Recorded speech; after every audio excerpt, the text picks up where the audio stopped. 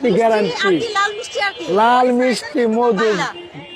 বাইলা আল্লাহ পাক জানে, বাইলা কথা বলতেন, বাইলা মালা বৈশাখ মাসে খাইবেন, এখনো তরমুজ পাকে নাই। বাইরে লাল মিষ্টি, লাল মিষ্টি, রসমালাই, রসমালাই কাটবো। না না, একটু বড় দিচ্ছি, বাসায় গেলে বাগে পাইবেন না। মধু মধু হইব, আর ছোট ভালো না মাল, মাল ভালো না, ছোট মাল ভালো না, টাকার দিকে তাকায়েন না। এরা মধু হইব, মধু মধু মধু দিতেছো এমালা দিয়া লই।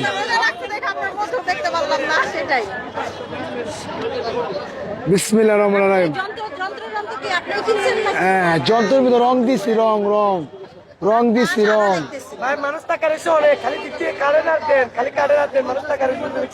তোর সমস্যা কি? তোর সমস্যাটা কি? মধু মধু, এটা হলো পদ্মার ইলিশ মাছ, ইলিশ মাছ।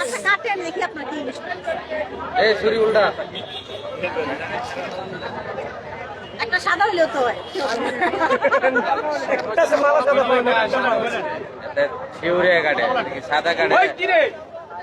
ওই কিরে, ওই কিরে, মাল কাটলা আমার ঘুমায়। ওই কিরে, মধু মধু মধু মধু মধু, ওইটার মতো টক লাল। এই যে ভাঙ্গা গেছে, এই যে ভাঙ্গা গেছে।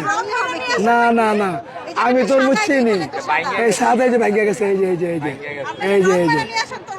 আল্লাহ মামু জানে, আল্লাহ জানে। ভুল ভুল ভুল ভুল ভুল, সবাই তোর চিনে না। আমি ছোটবেলা থেকে তরমুজের ব্যবসা করি। হ্যাঁ, আমি একা ব্যবসা করি না, তরমুজ সবাই চিনে না।